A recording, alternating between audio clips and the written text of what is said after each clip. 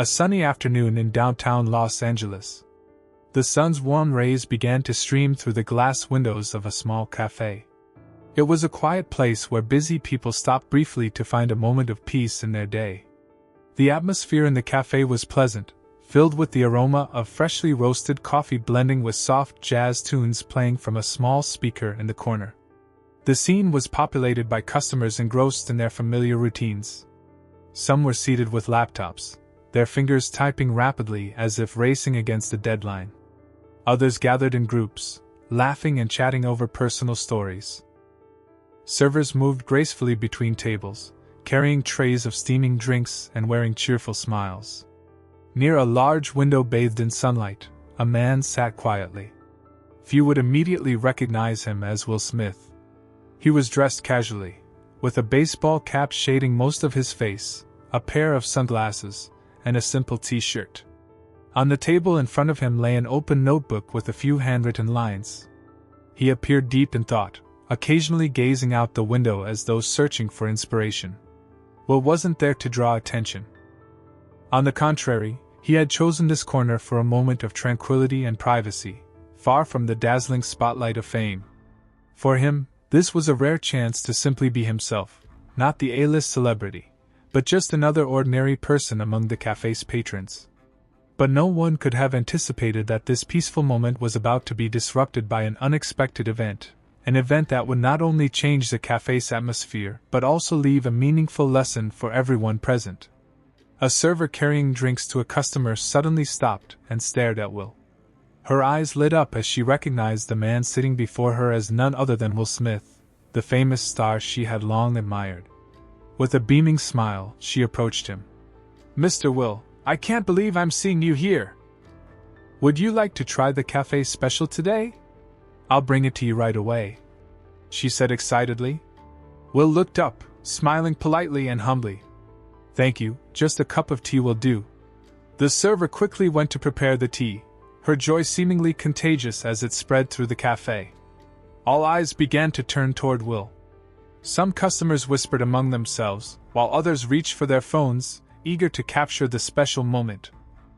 Nearby, a middle-aged man wearing an old, slightly frayed shirt sat alone, sipping his coffee. His eyes grew contemplative as he observed the server giving Will special treatment. A sense of injustice crept into his thoughts. He already has everything: fame, wealth, admiration, and yet here he is being treated like he needs even more. He mused, a flicker of bitterness crossing his face. As the server placed the tea on Will's table, another customer, a young, successful-looking man, approached with an admiring smile. He spoke loudly. "Will, I'm a big fan of yours. Let me pay for your tea. It would be an honor for me." Will looked slightly surprised but remained polite as he replied, "You don't need to do that, but thank you for your support."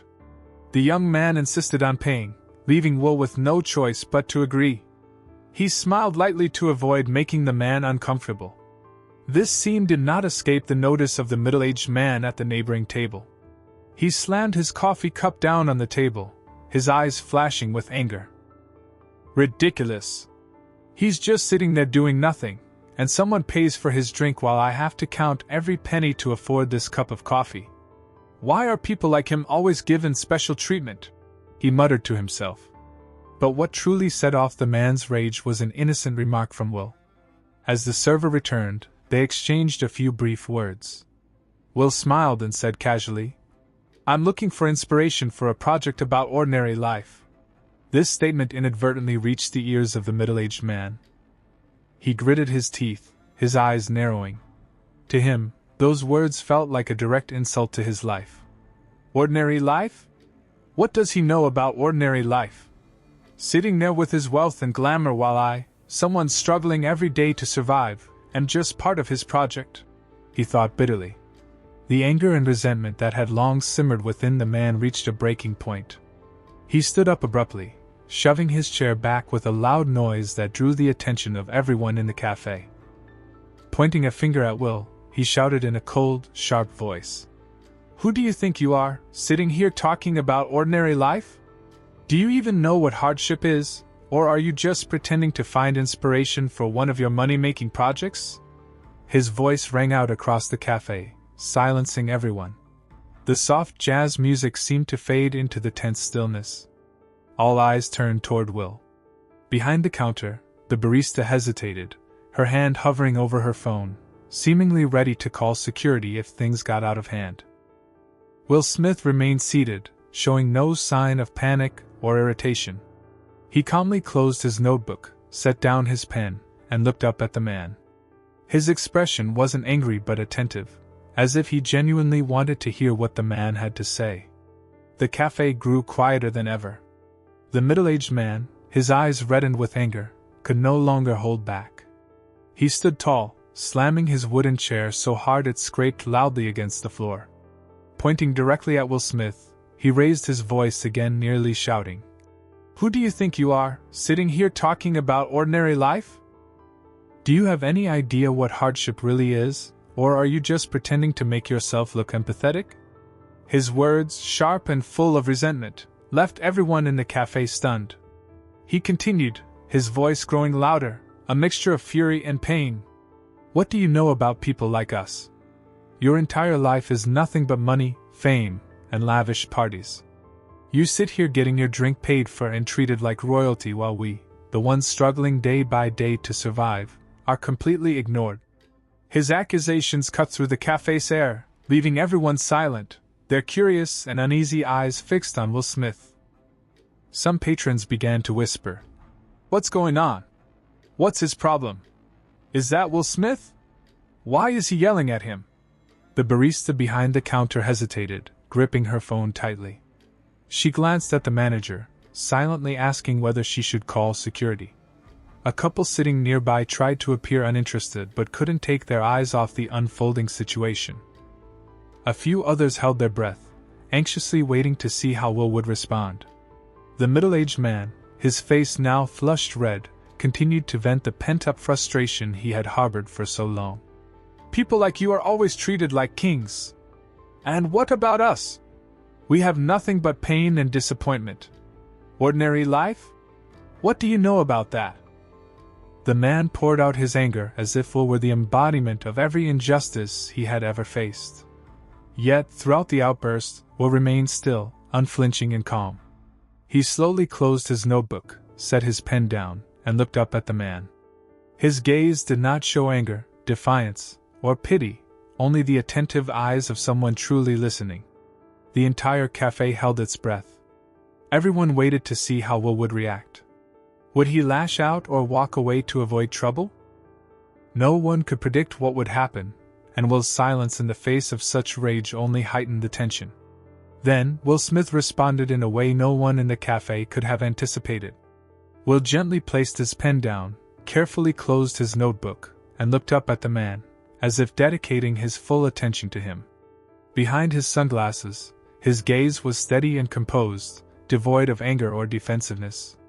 In a warm, deep voice he spoke, not loudly, but clearly enough for everyone in the cafe to hear. "It seems like you're going through something really difficult. Is there anything I can do to help?" Will's reply seemed to soothe some of the anger in the room, but it wasn't enough to extinguish the fire burning inside the middle-aged man. The man let out a dry, bitter laugh. "Help? What could you possibly do? Do you think you can understand? Have you ever lost a job, watched your family fall apart, struggled every single day just to survive?" He jabbed his finger in Will's direction, his voice still sharp and cutting. "You don't get it. Your life is all spotlights, money, and fame. Don't pretend you understand what we're dealing with." The whispers in the cafe began again, with some customers shifting from curiosity to concern. The barista quietly stepped behind the counter, preparing to intervene if the situation escalated further. But Will remained unfazed. He didn't argue or act defensively. Instead, he kept his eyes fixed on the man, never breaking his gaze.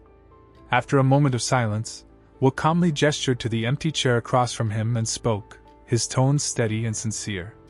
"You're probably right. I haven't experienced the things you've been through. But if you sit down and tell me about it, maybe I can understand you better." Will's genuine tone left the entire cafe stunned.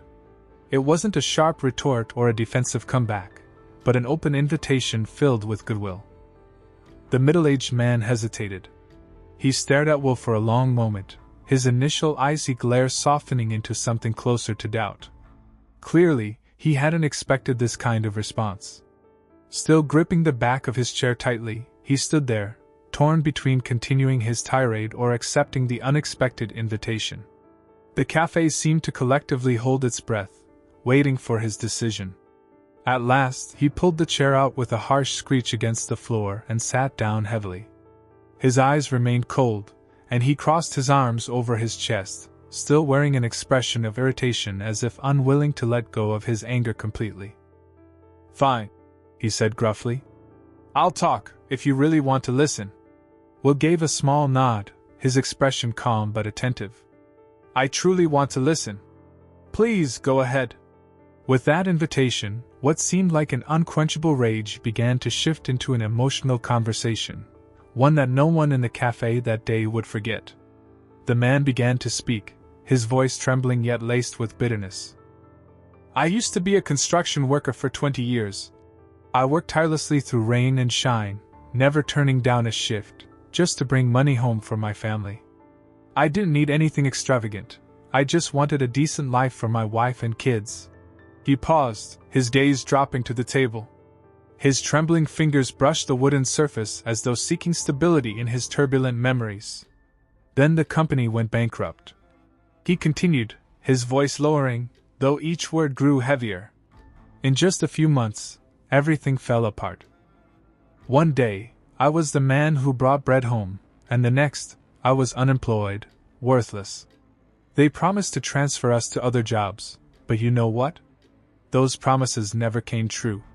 His voice caught, as though he were swallowing a pain that had been buried for too long. "I tried," he whispered, his eyes now filled with exhaustion rather than anger. "I did everything I could, delivery jobs, security work, even collecting recyclables. But none of it was enough to pay rent or feed my family." He drew in a shaky breath, his voice breaking. "My wife left. She took the kids with her. She said she couldn't live like this anymore. I couldn't blame her. I just didn't have the strength to keep my family together." At this point, his voice dropped to barely a murmur. He stared down at the table, his hands trembling, fingers interwoven as if trying to hold together the shattered pieces of his pride. "Do you know," he whispered, his eyes glistening, "what it feels like to walk into a room and have everyone look at you like you're worthless, like you're a failure, not worthy of anyone's respect?" As the man shared his story, Will sat silently, not saying a single word. He didn't interrupt or try to offer advice. His eyes stayed fixed on the man before him, attentive and unwavering. They weren't just listening, they reflected genuine empathy. Will leaned forward slightly, resting his elbows lightly on the table, signaling to the man that he was truly present, not to judge but to listen. Sometimes, what a person needs more than advice is someone willing to listen with a gaze that conveys understanding. When the man finished, his eyes remained fixed on the table as if too ashamed to meet Will's gaze. But Will gave a small nod, his warm, steady voice breaking the silence. "Thank you for sharing your story. I can't say I fully understand what you've been through, but I deeply appreciate your courage in opening up about it." Will's gentle words were like a cool breeze, easing some of the man's anger and pain. Around them, the café remained silent. Other customers, who had started as curious onlookers, now bowed their heads, reflecting on the story they had just heard. An elderly woman in the corner dabbed a tear from her eye, while a server behind the counter gazed at Will with admiration. The conversation wasn't over, but a clear shift had taken place. The heavy tension and hostility had given way to empathy and a faint glimmer of hope. Will took a deep breath, his voice calm yet weighted with sincerity. "I can't pretend to fully understand what you've been through. What you've shared is truly heartbreaking, and I would never claim to know what it feels like to face those losses. But I've had times in my life where I felt like I couldn't get back up." Will's gaze seemed to drift inward, as if revisiting his own past. He continued, "You know, people look at me and think I have it all, money, fame, and a glamorous life. But the truth isn't always like that. There have been periods in my career where I faced harsh criticism, was misunderstood, and felt lost. I thought I was doing everything right, but it still wasn't enough to make people happy. He lowered his head slightly, his hands clasped together on the table, as if to convey the sincerity behind each word he was about to speak. Every time I walk into a room, people think they know who I am, he began. They think I'm just an actor, a funny guy on screen. But they don't know who I really am, how hard I've worked, or how many times I've failed to get to where I am today. He paused, lifting his gaze to meet the man's eyes directly. They don't see the real me. They only see the image they want to see. And sometimes that makes me feel so alone, like I'm not allowed to make mistakes or fail. The middle-aged man remained silent, his expression softening as he looked at Will.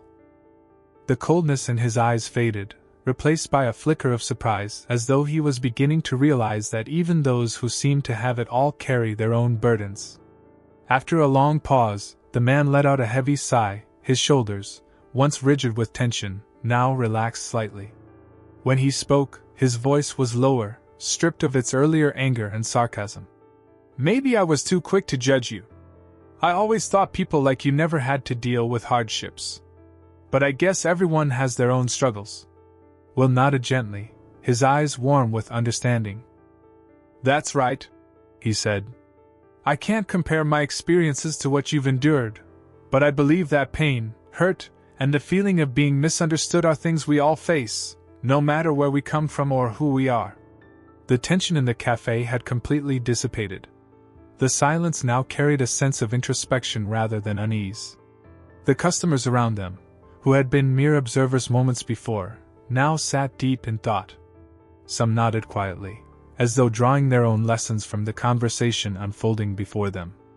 An elderly woman in the corner dabbed at her eyes with a tissue, while a young man nearby looked at Will and the middle-aged man with newfound respect.